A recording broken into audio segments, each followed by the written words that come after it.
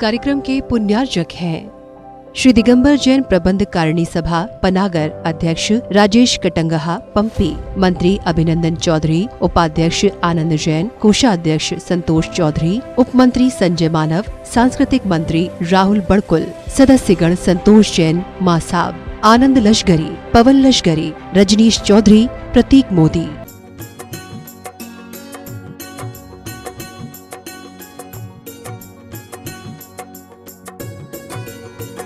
रामचरित वर्णन करूं तुच्छ बुद्धि अनुसार।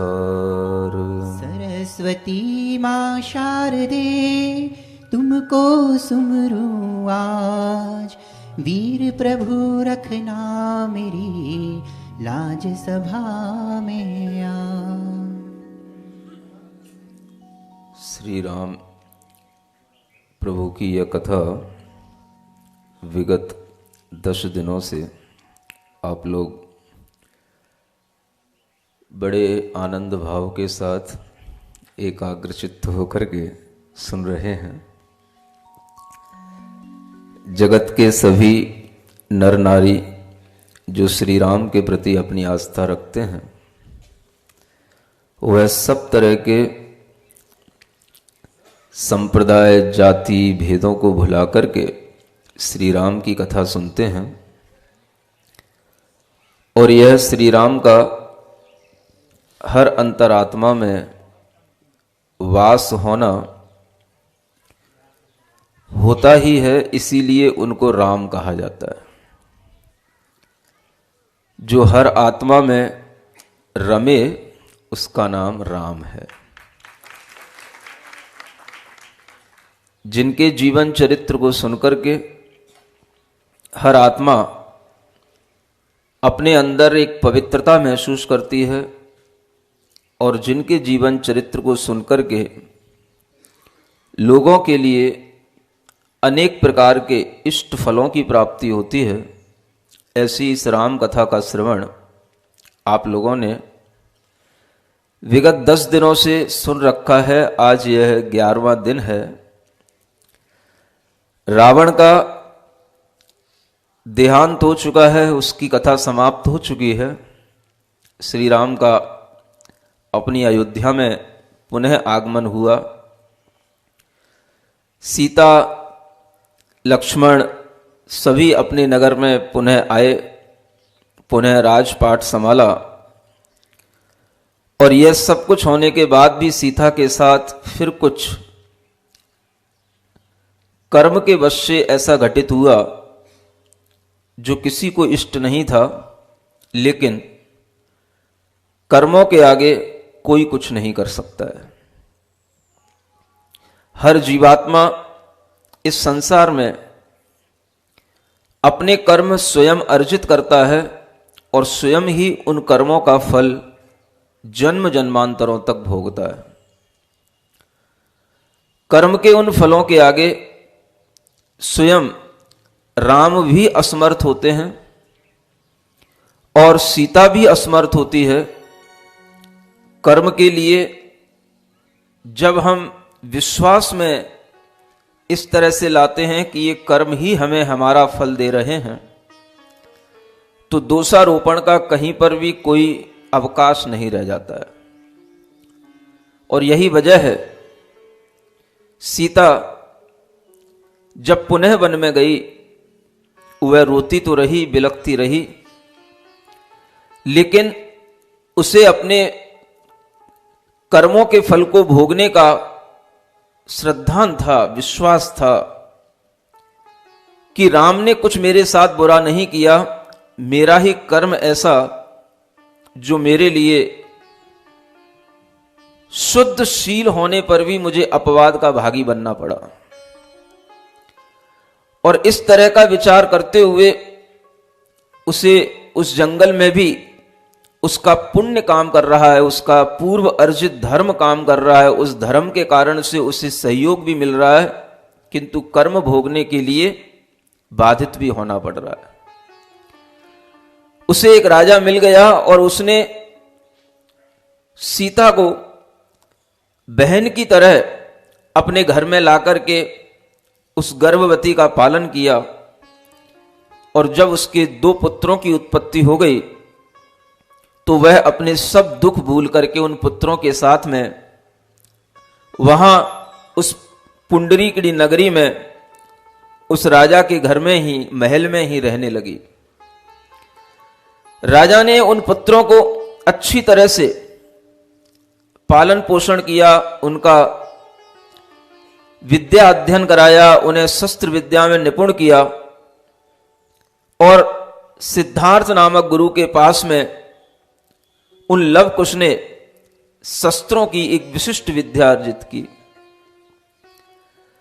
उस विद्या अर्जन के बाद में जब उनका वयस्क अवस्था का समय आता है, वह बड़े होते हैं, और उस समय पर उनके उस यौवन को देख करके राजा वज्रजंग उनका विवाह करने के लिए अपना मन बनाते हैं। उस समय पर उनको यौवन संपन्न देख करके लव का विवाह हुआ 32 कन्याओं के साथ, और कुश का विवाह करने के लिए एक पृथ्वीपुर के राजा पृथु की पुत्री की, जिसका नाम कनकमाला था, उसके लिए दूत भेजा गया।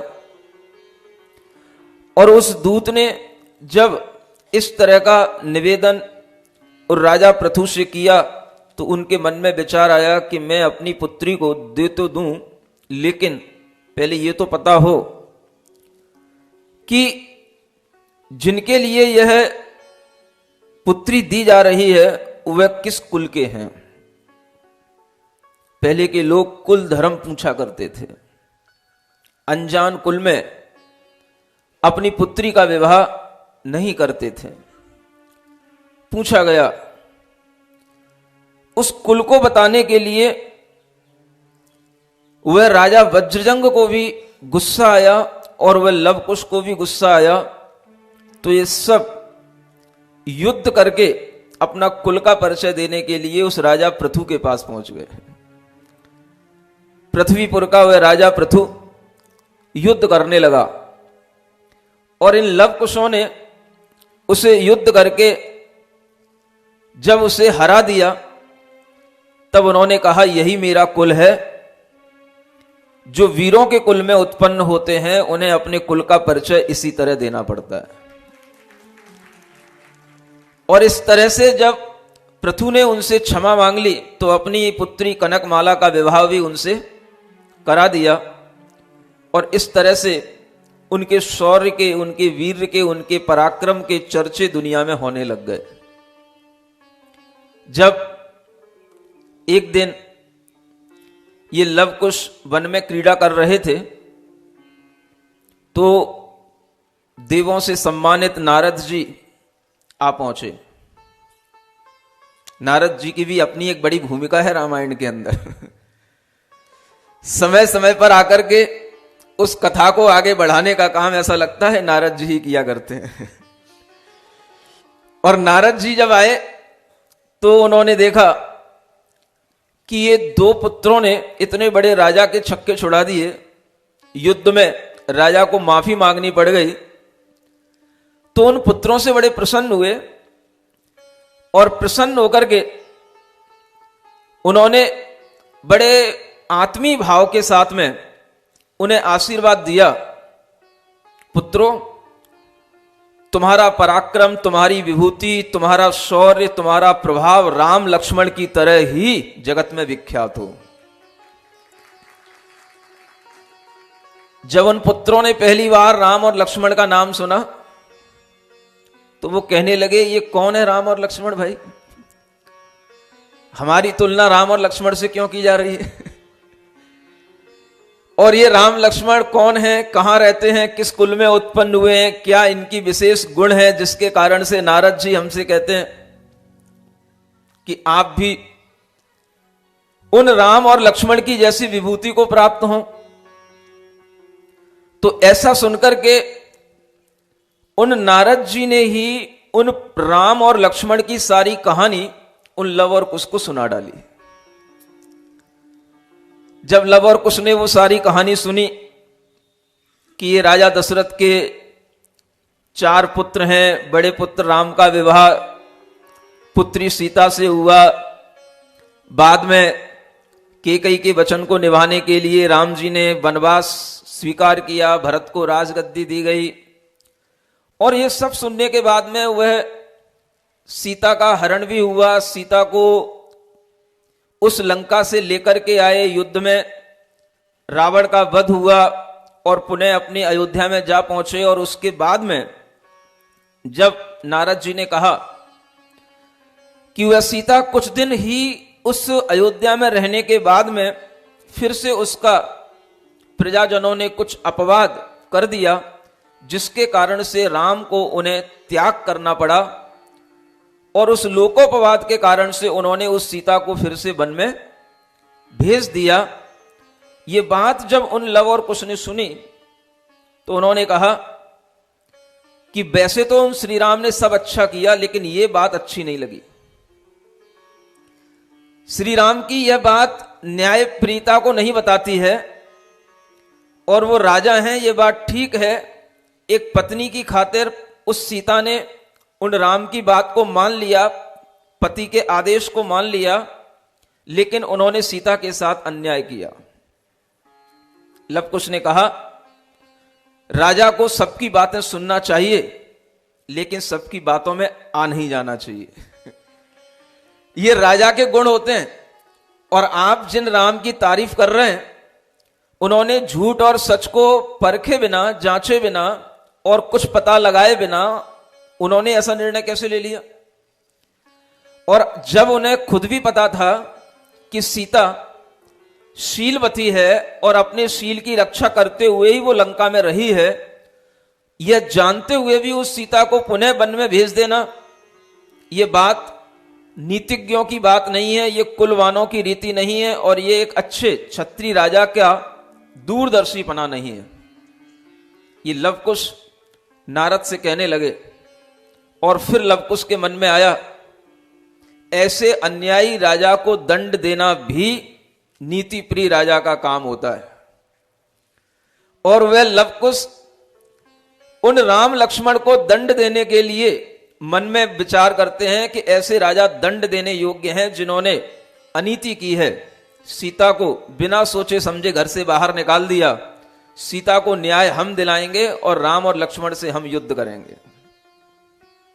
ये जब विचार उनके मन में आ जाता है और वो लव और कुश वास्तव में युद्ध करने के लिए तत्पर हो जाते हैं। राजा वज्रजंग से कहते हैं दूर दराज के अपने जितने भी देशों में रहने वाले बड़े बड़े राजा हैं, उन सब राजाओं को बुलाओ और उन सब की सेना के साथ में हम अयोध्या चलेंगे और उन राम और लक्ष्मण पर चढ़ाई करेंगे। जब ये बात सीता ने सुनी तो वो बहुत दुखी हो गई और नारद जी से कहने लगी, ये आपने क्या कर दिया?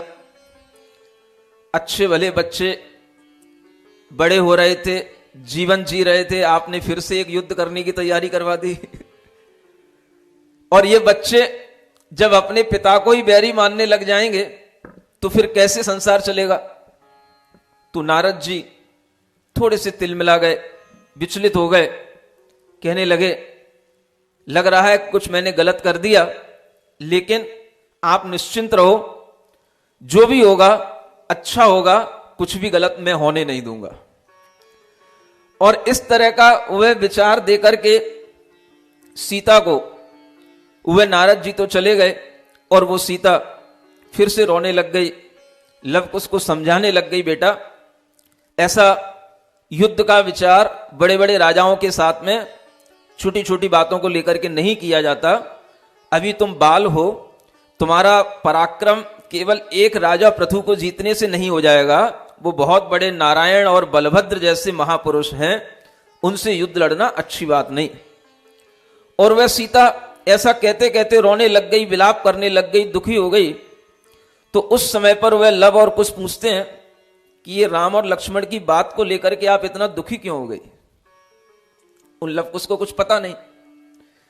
तब वह सीता कहती है कि ये राम और लक्ष्मण जिनसे तुम युद्ध करने जा रहे हो, यही ये राम जी तुम्हारे पिता हैं और वो लक्ष्मण जी तुम्हारे चाचा हैं।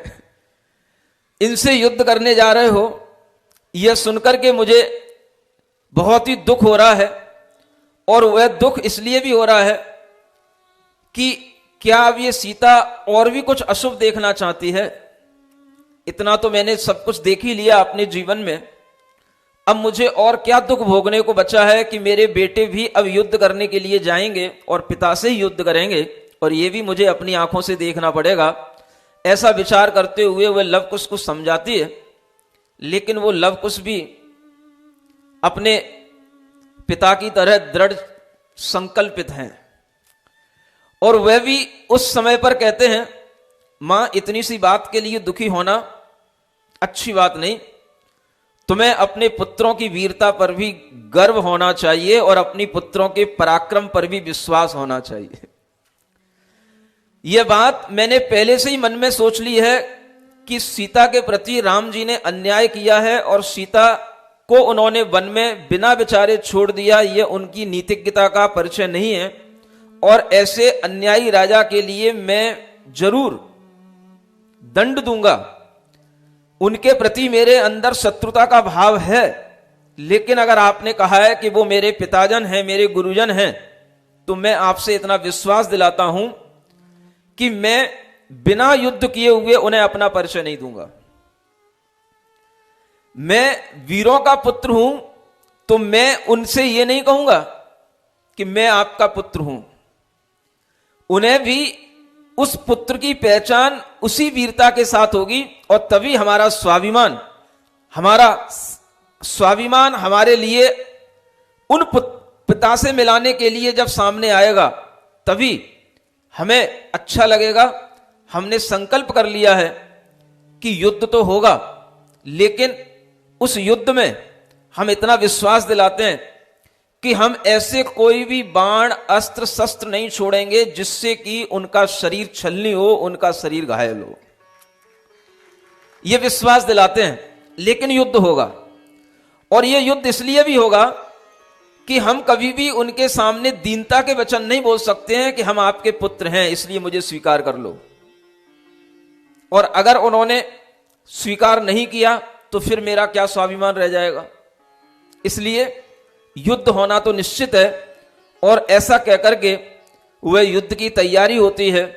सीता चुप रह जाती है और वह जिनेंद्र भगवान की वंदना करके अपना धर्म ध्यान करते हुए सर्वत शांति हो, मंगल हो, ऐसा भाव करके अपने ही घर में बैठी रह जाती है।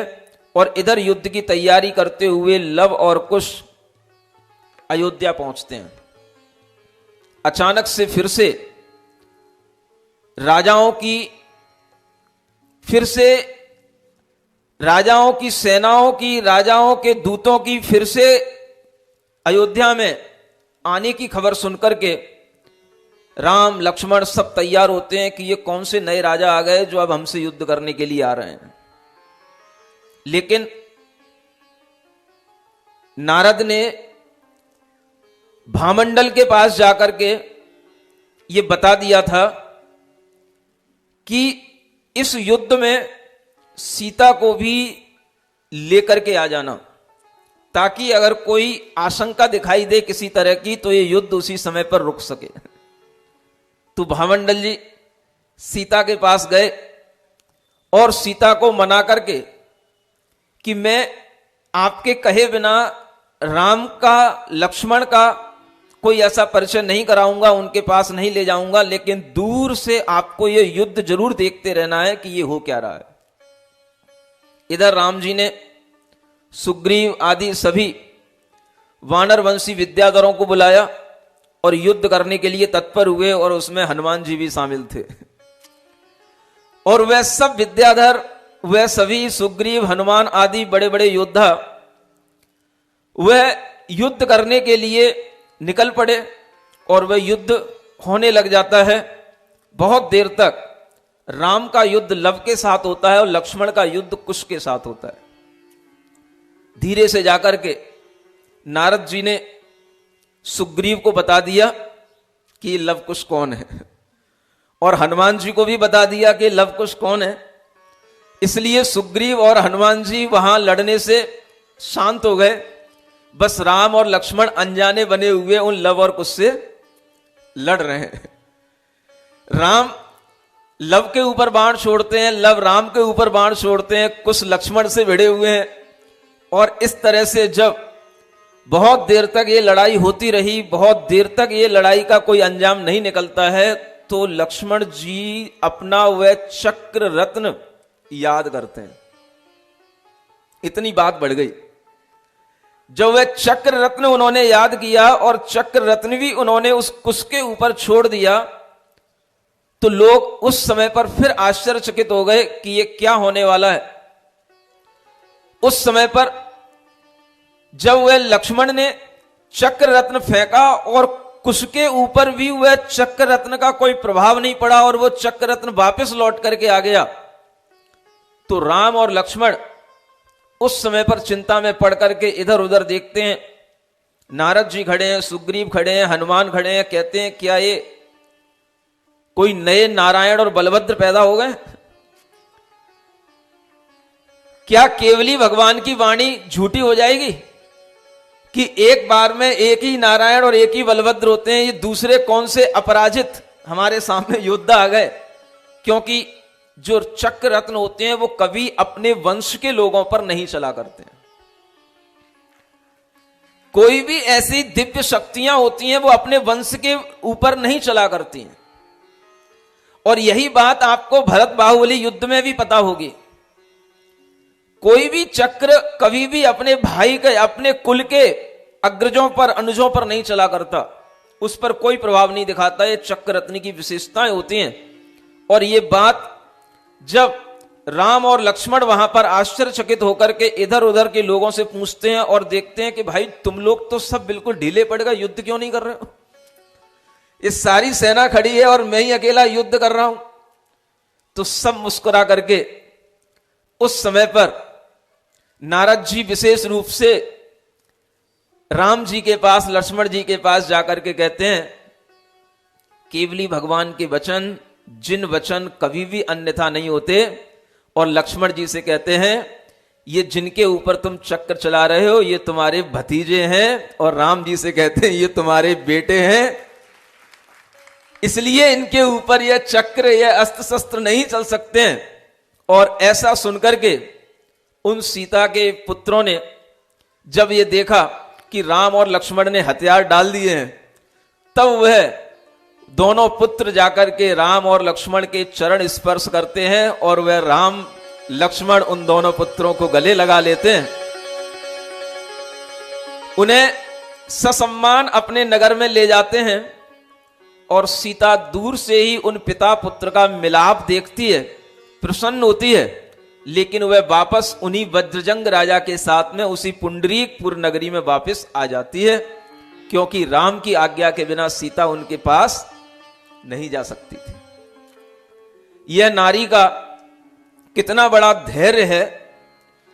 और इसीलिए शायद यह सुना जाता है कि नारी सब कुछ सह लेती है लेकिन कुछ कहती नहीं है। उस नारी की यह गरिमा आज भी अनेक नारियों में इस तरह से सहनशीलता के मामले में दिखाई देती है कि हमेशा नर से ज्यादा नारी सहनशील होती है।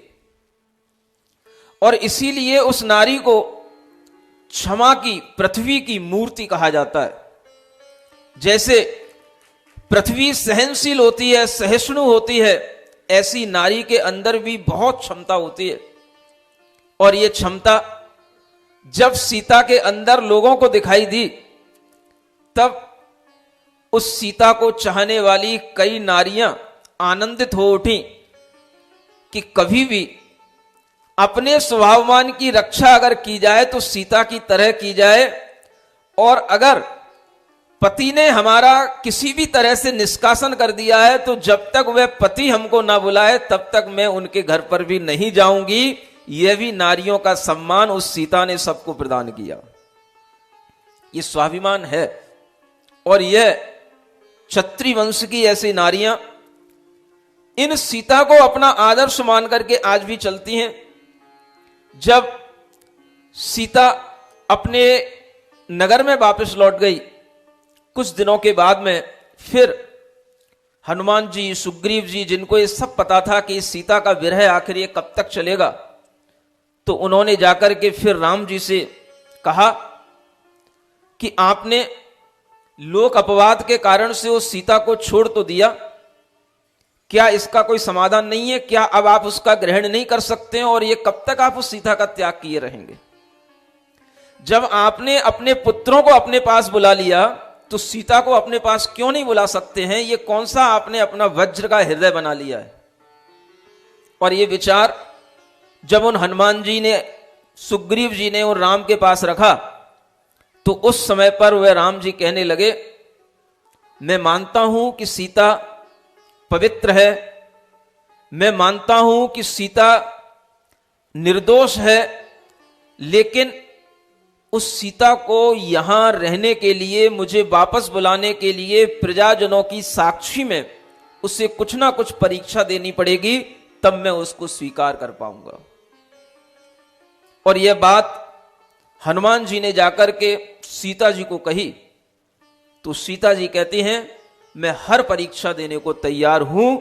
और इसी बात को लेकर के वह हनुमान जी सीता को लेकर के पुनः अयोध्यापुरी में पहुंचते हैं। और वहां पर उस महेंद्र उद्यान में, जो महेंद्रोदय नाम का उद्यान है, वहां पर सीता रात्रि व्यतीत करती है। और दूसरे दिन जब सीता का राज्यसभा में प्रवेश होता है, तो वहां पर सभी राजा बैठे होते हैं, राम बैठे होते हैं, और सीता जैसे जैसे राम के पास जाती है, तब भी श्री राम की दृष्टि में प्रसन्नता नहीं आती। सीता सोचती है, इनका मन अभी भी उदासीन है, विरक्त है मुझसे, मैं तो हर्षित होकर के इनके पास आई हूं, और ये अभी भी मुझे उस तरह का सम्मान नहीं दे रहे हैं जो एक रानी के लिए देना चाहिए। इनके मन में अभी भी मुझसे नाराजी है। और इस तरह का वह मन में विचार करते करते वहां रुक जाती है, और फिर कहती है कि मुझे इनके निकट अपनी इच्छा से नहीं जाना। और जब वह जाते जाते रुक जाती है, तो फिर उस समय पर हनुमान जी पुनः दूत बन करके राम जी के पास पहुंचते हैं। सीता सामने खड़ी है, वह आना चाहती है, लेकिन आपकी आज्ञा के बिना नहीं आपके निकट आएगी। बोलिए क्या करना है? जब सीता सामने खड़ी थी, तब राम बड़ी गंभीरता से अपने आप को, अपने मन को संभालते हुए बोले, मैं जानता हूं तुम निर्दोष हो, लेकिन यह लोक, यह जगत बुराइयां ढूंढता है, अपवाद करता है। कुटिल चित्त वाला यह पूरा लोक होता है। इसकी कुटिलता दूर करने के लिए, इसको विश्वास दिलाने के लिए तुम्हें कुछ, इनकी शंका को दूर करने के लिए तुम्हें कुछ करना पड़ेगा। तो ऐसे वचन सुनकर के वह सीता कहती है, मैं हर तरह की परीक्षा देने को तैयार हूं, बताइए क्या करना है? आप कहो तो मैं जहर का प्याला पी लूं, और आप कहो तो मैं किसी पर्वत से कूद पड़ूं, आप कहो तो मैं किसी अग्नि में भस्मसात हो जाऊं। बताओ, इस लोक को प्रसन्न करने के लिए और इस लोक को विश्वास में लाने के लिए कौन सी परीक्षा देना है? मैं आपके ऊपर छोड़ती हूं। ये सीता के विश्वास भरे वचन सुनकर के राम जी फिर विचलित हुए और विचार करने लगे कि इस सीता को अब क्या कहें, क्या करने को कहें।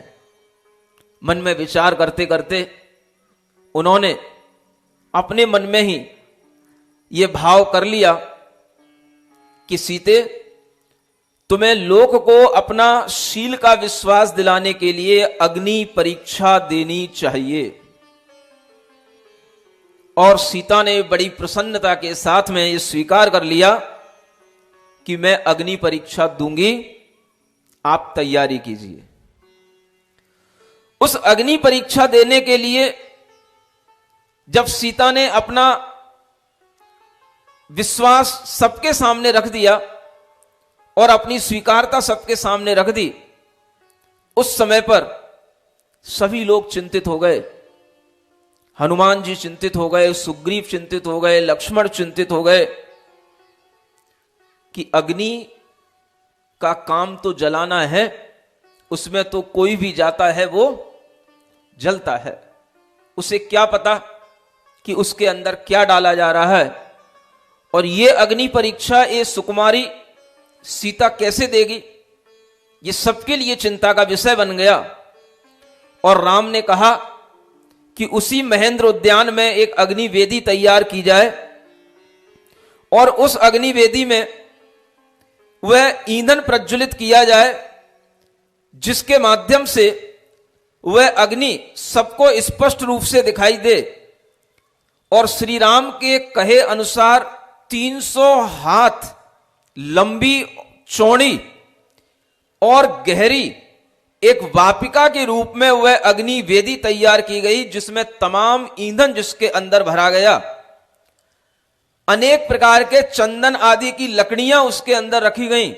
और उस ईंधन को भरने के बाद में वह अग्नि वहां पर प्रज्वलित की गई। और उस अग्नि को प्रज्वलित करते हुए देख करके सब लोग उस समय पर अपनी श्वासों को थाम करके ये देख रहे हैं कि ये क्या होने जा रहा है। राम जी बिल्कुल अपनी प्रतिज्ञा में दृढ़ चित्त हैं और सीता भी उनकी बात को सहर्ष स्वीकार करके उन्हें उस अग्नि परीक्षा को देने के लिए वह तैयार है। कोई रोकना भी चाहे तो किसको रोके। राजा जब आज्ञा दे चुका होता है तो उसके बाद में राजा अपने उन वचनों को वापस नहीं ले सकता। उसमें किसी भी प्रकार की अब कोई भी बदलाहट नहीं की जा सकती। और उस राजा के निर्णय को अटल जानते हुए सीता उस अग्नि कुंड के समीप धीरे धीरे आने लग जाती है, जिस अग्नि कुंड में बहुत सारा घी डला हुआ है, जिस अग्नि कुंड में अनेक सुगंधित लकड़ियां पड़ी हुई हैं। और वह इतना बड़ा अग्नि कुंड बनाया गया है जिसे देख करके एक सामान्य इंसान दहल जाए। और उस अग्नि कुंड के चारों ओर प्रजा खड़ी हुई है और सीते उस अग्नि कुंड के समक्ष उस समय पर आ रही हैं। और उस समय पर सबके लिए ये लगता है कि ये राम कितनी बार अपनी मर्यादाओं में रह करके स्वयं भी कष्ट को सहन करेंगे और अपने परिवार को कष्ट में डालेंगे। और शायद इसीलिए उन्हें मर्यादा पुरुषोत्तम कहा जाता है। और इसी मर्यादा पुरुषोत्तम की यह कहानी जब आगे बढ़ती है तो हम थोड़ा सा ये भाव कर ही लेते हैं। मर्यादा पुरुष श्री राम है सिद्ध प्रभु बलराम। मर्यादा पुरुष श्री राम है सिद्ध प्रभु बलराम। आदर्श बने जन जन के वसुधैव कुटुम्बति जिनके। आदर्श बने जन जन के वसुदेव कुटुम्बति जिनके। जो भी ले इनका नाम बिगड़े बनते सब काम। जो भी ले इनका नाम बिगड़े बनते सब काम। प्रभो श्री राम, प्रभो श्री राम, प्रभो श्री राम, प्रभु श्री राम। मर्यादा पुरुष श्री राम है सिद्ध प्रभु बलराम। मर्यादा पुरुष श्री राम है सिद्ध प्रभु बलराम। दशरथ जिनके जनक कहाए, कौशल्या नंदन जन गाए। दशरथ जिनके जनक कहाए, कौशल्या नंदन जन गाए। इक्ष्वाकु वंश की शान, क्षत्रिय जग दया निधान। इक्ष्वाकु वंश की शान, क्षत्रिय जग दया निधान। प्रभो श्री राम, प्रभो श्री राम, प्रभु श्री राम, प्रभु श्री राम। मर्यादा पुरुष श्री राम है, सिद्ध प्रभु बलराम। मर्यादा पुरुष श्री राम है, सिद्ध प्रभु बलराम। जिस समय पर वह अग्निवेदी तैयार है और अयोध्या के निकट उस महेंद्र उद्यान में, उसी समय पर एक सर्वभूषण मुनि महाराज को केवल ज्ञान हुआ है और उसी समय पर अनेक देवगण आकर के उनके दर्शन करने के लिए आते हैं और इधर सीता की परीक्षा करने के लिए अग्नि कुंड देखा जाता है। तो वहां पर जो इंद्र है वह इंद्र एक देव को नियुक्त करके जाता है कि सीता के ऊपर उपसर्ग आने वाला है और ये उपसर्ग हो रहा है, इस उपसर्ग से तुम रक्षा करना। और एक मेघ केतु नाम के देव को वहां पर नियुक्त कर जाता है और वह बाकी के सब देव वहां सर्वभूषण मुनि के पास में केवल ज्ञान का उत्सव मनाने के लिए चले जाते हैं। इधर सीता अग्निवेदी की ओर बढ़ती है और उस समय पर जितने भी लोग वहां खड़े होते हैं सब सोचते हैं, राम से कहते हैं, हे देव न ऐसा कोप करो, माता नहीं बचने पाएगी। हे राम सिया है महासती, पर आग अवश्य जलाएगी। राम कहें ऐसा ही था, क्योंकि ना अपवाद। अब तो मेरी जान की करवाएं विश्वास। देव प्रसन्न अब होइए, कहे विभीषण राय। भामंडल हनुमान भी रो रो कर समझाए। लब कुछ सोचे हाय, क्या हो गया आज अकाज। माता फिर दिखे नहीं, क्या सोची रघुराज। नारद भी कहते यही, सुन ले राम सरोष। अवधि ज्ञान बल में कहूँ, है सीता निर्दोष। है सीता निर्दोष, न झूठी करें प्रशंसा साधु। माने मेरी सीख रोक दे, है ये काम असाधु। अग्नि भड़कती जाती थी, निर्दोष राम कर बोले। अग्नि परीक्षा होनी होगी, जो होना हो तो बोले। बात नहीं किसी की मानी जी, जो निश्चय मन ठानी जी। राम ने वही कराया, देख पति हट सुकुमारी ने आगे कदम बढ़ाया। आगे कदम बढ़ाया। इधर सिया का पग बढ़ा, आगे सुनो बयान। उसी समय श्री सकल मुनि पाया केवल ज्ञान। वंदन करने श्री इंद्र देव, देवों के संग में आते हैं। वहाँ अग्नि जलती देख ध्यान में सब घटनाएं लाते हैं। सीता की अग्नि परीक्षा है, सतवंती का सतकायम हो। हे मेघ रुको और करो मदद, जिससे सीता यश कायम हो। इतना कह करके इंद्र चले और मेघ वहाँ रह जाता है। चलते चलते सीता का पग अग्नि समीप आ जाता है। ऋषि नारद और नरेशों की भी हाय सीख में ना मानी। यह सोच सिया पग बड़ा देख, नैनों में राम भरे पानी। इतने में सीता उठती है, सिद्धों को स्मरण करती है। नवकार मंत्र का जाप करे, सम्यक दृष्टि ना डरती है। ज्वाला लपटों के निकट पहुँच सीता सिद्धों का ध्यान किया। नवकार जपा सम्यक दृष्टिन मन से भय पाप निकाल दिया। राजा पर जा देखते सुंदर सिया शरीर, जल बल कर अब राख हो सब ही हुए अधीर। सीता करती प्रार्थना हे प्रभु दीन दयाल, सत्य व्रत यदि है मेरा आप करो प्रतिपाल, आप करो प्रतिपाल। सीता अपने हृदय में पूरा धर्म ध्यान धारण करके अपने इष्ट देव को नमस्कार करती हुई, सिद्ध भगवंतों को ध्यान करती हुई, जो पूर्व में अनेक अनेक महापुरुष सिद्ध हुए हैं और इस तरह के अनेक अनेक उपसर्गों को सहन किए हैं, उन सबको याद करती हुई, प्रथम तीर्थंकर ऋषभ देव भगवान को स्मरण करती हुई, वह सीता प्रार्थना करती हुई एक एक कदम आगे बढ़ाती जाती है।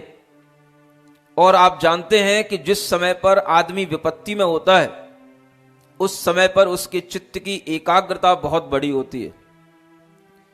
धर्म ध्यान अपने आप उसके चित्त में एकाग्रता के साथ होता है। और धर्म की अगर कोई परीक्षा होती है तो वह ऐसी विपत्तियों में ही होती है। इसलिए महापुरुष कभी भी विपत्तियों से डरते नहीं, और हर व्यक्ति को विपत्ति में ही धैर्य धारण करना चाहिए। और धर्म की परीक्षा अगर उसे कभी अपने ऊपर लेनी पड़े तो वह सोचना चाहिए कि अगर हमने अपने जीवन में पुण्य किया है, धर्म किया है, तो हमारा कोई कुछ भी बिगाड़ नहीं सकता है। अगर हमारे गुण, हमारा शील अगर निर्दोष है तो यह अग्नि भी आज पानी बनेगी। ऐसा विश्वास सीता के अंदर था और किसी के अंदर नहीं था। और इस तरह का विश्वास लेकर के वह सीता सिद्धों का स्मरण करते हुए उस अग्नि की ओर चलती चली जाती है। करी प्रार्थना सिया ने बढ़ी अग्नि में जाय, जिधर जिधर बढ़ते चरण अग्नि बनी जल जाय। अग्नि से सरोवर बन जाता ये सत्य की महिमा सारी है। चौर कमल है फूल रहे आश्चर्य भरे नर नारी हैं। देवों ने रच के स्वर्ण कमल शतदल वाला सिय पधराई, आरती उतारी कर पूजा सती की महिमा है गाई। जैसे जैसे सीता के कदम आगे बढ़ते चले गए, वह अग्नि की लपटें उस स्थान पर जल बनती चली गईं। और जहां जहां सीता ने अपना कदम आगे रखा उसके नीचे कमल बिसते चले गए। और ये सब उस मेघ केतु देव के माध्यम से यह उपसर्ग दूर किया गया। और उस समय पर सारी प्रजा ने जब ये देखा कि ये जल बढ़ता चला जा रहा है, तो उस जल को कोई भी नहीं रोक पा रहा है। और वह जल का प्रवाह इतना हो रहा है, इतना हो रहा है कि प्रजा उसमें आधी आधी डूबने लग जाती है। फिर उस जल ने लेकर उछाल मैदान सरोवर कर डाला, घुटनों से लेकर शीश तलक सबको ही बहा डुबा डाला। नर नारी घबरा जाते हैं, बच्चों को अधर उठाते हैं। सीता से प्रार्थना सभी करें, कृपा की आश लगाते हैं। हे जिन वाणी समशुद्ध ये सच्ची अखंड शीला माता, इस निरपराध है क्षमा करो, दुर्जन को करो दंड माता। तब सीता ने देवों से कह पानी को कम करवाया है, घटते घटते चरणों तक ही जाकर के वह ठहराया है। जब सीता ने देवों से कहा कि ये पानी लोगों के लिए हानिकारक हो रहा है, अब इसको बंद किया जाए, तब जाकर के देवों ने उन सीता की बात मान करके उस पानी को कम किया। और फिर वह पानी घटते घटते जो सिर तक पहुंच गया था, वह धीरे धीरे फिर वह पैरों तक आ गया। और उस समय पर लव कुश सब तैरते तैरते जब तक मां के पास आ जाते हैं, और धीरे धीरे राम भी अब उस सीता को पाने के लिए उसके पास, उनके पास निकट तक आने लग जाते हैं। लव कुश आके माता के दोनों ओर खड़े हो जाते हैं। अग्नि में तपे स्वर्ण जैसी वह चमक सिया में पाते हैं। ती स्वर्ण मूर्ति देवांगना सी जानकी तेजमयी सोती। रघुवीर खड़े अनुराग भरे सब तन मन उसका है मोती। रघुवीर पास आ सीता के लिए क्षमा याचना करते हैं। अब मेरे साथ चलो रानी आंखों में आंसू भरते हैं। मर्यादा पुरुष श्री राम है सिद्ध प्रभु बलराम। मर्यादा पुरुष श्री राम है सिद्ध प्रभु बलराम। जो स्वार्थ मोह को तज के उपकार लोक का करके। जो स्वार्थ मोह को तज के उपकार लोक का करके। अपवाद का रखते ध्यान पाते खुद में सम्मान। प्रभु श्री राम प्रभु श्री राम प्रभु श्री राम प्रभु श्री राम। मर्यादा पुरुष श्री राम है सिद्ध प्रभु बलराम। मर्यादा पुरुष श्री राम है सिद्ध प्रभु बलराम। राम जी अब अपनी आंखों में अपने चेहरे पर प्रसन्नता लिए हुए अनुराग भरे हुए अब सीता के आगे पहुंचते हैं। सीता के आगे हाथ बढ़ाते हैं और सीते से कहते हैं चलो आज तुमने इस लोक में विश्वास दिला दिया। अब यह लोक संतुष्ट हो गया। अब इस प्रजाजन के लिए कोई भी तरह की शंका नहीं रही। चलो अब राजमहल की ओर चलते हैं और अब हम अपना जीवन सुखपूर्वक व्यतीत करेंगे। और उसी समय पर सीता के भाव बदल जाते हैं और सीता कहने लगती है। तब सीता कहने लगी हो करके गंभीर। नहीं सुख स्थिर संसार में स्वामी धरिए धीर। स्वामी धरिए धीर बहुत कर्मों के दृश्य देखे हैं। देव आपके नाथ बहुत दुनिया के भोग भोगे हैं। अब तो इच्छा है आगे में नारी जन्म नहीं पाऊं। इसलिए मैं करूं साधना बंधन से छूट जाऊं। सीता कहती है हे देव आपके साथ बहुत दुनिया के भोग लिए। बहुत आपके साथ रह ली। बहुत हमने अपने जीवन में रानी का सुख प्राप्त कर लिया। आपका कोई दोष नहीं है। दो बार मेरा वन में गमन हो गया। पुत्र हो गए। तरह तरह के युद्ध देख लिए। और इस अस्थिर संसार के अंदर क्या एक नारी को सुख मिल सकता है वो भी हमने देख लिया। अब मुझे कोई सांसारिक सुखों की चाह नहीं है। मेरा हृदय बहुत भर चुका है इस संसार के करतूतों को देख करके, संसार में रह करके, संसार के सुख दुखों को सह करके। अब मैं इस अबला नारी को कब तक इस तरह से अपने सहनशीलता के साथ में इसको समझाती रहूंगी और ये नारी होने का कब तक मैं ये अभिशाप अपने अंदर बनाए रखूंगी। आप पुरुष हैं, राजा हैं, आपके लिए हक था कि आपने एक नारी को उससे बिना पूछे, उसको बिना कुछ कहे, जिसे आप अपनी अर्धांगिनी मानते हैं, उससे एक बार भी बिना बताए आपने उसे वन में पहुंचा दिया। ये आपका हक था क्योंकि आप राजा थे, आप पुरुष हैं और मैं अबला हूं, नारी हूं, इसलिए मैं कभी कुछ आपसे कह नहीं पाई। अब मैं यही संकल्प लेती हूं कि हे भगवान, मैं कुछ ऐसे कर्मों के बंधन तोड़ूंगी, मैं ऐसी आत्म साधना करूंगी कि मुझे अब किसी भी जन्म में स्त्री ना बनना पड़े और मैं भी पुरुष होकर के इस आत्मा को इतना तपाऊंगी कि मैं भी उस सिद्ध लोक को प्राप्त होंगी जहां पर संसार के कोई भी अपवाद नहीं होते हैं और जहां संसार के कोई बंधन नहीं होते हैं। ऐसा विचार करके वह सीता राम से कहती है, अब आप मुझे क्षमा करें। इस कार्यक्रम के पुण्यार्चक थे श्री दिगंबर जैन प्रबंध कारिणी सभा पनागर अध्यक्ष राजेश कटंगहा पंपी, मंत्री अभिनंदन चौधरी, उपाध्यक्ष आनंद जैन, कोषाध्यक्ष संतोष चौधरी, उप मंत्री संजय मानव, सांस्कृतिक मंत्री राहुल बड़कुल, सदस्यगण संतोष जैन, मासाब, आनंद लश्करी, पवन लश्करी, रजनीश चौधरी, प्रतीक मोदी।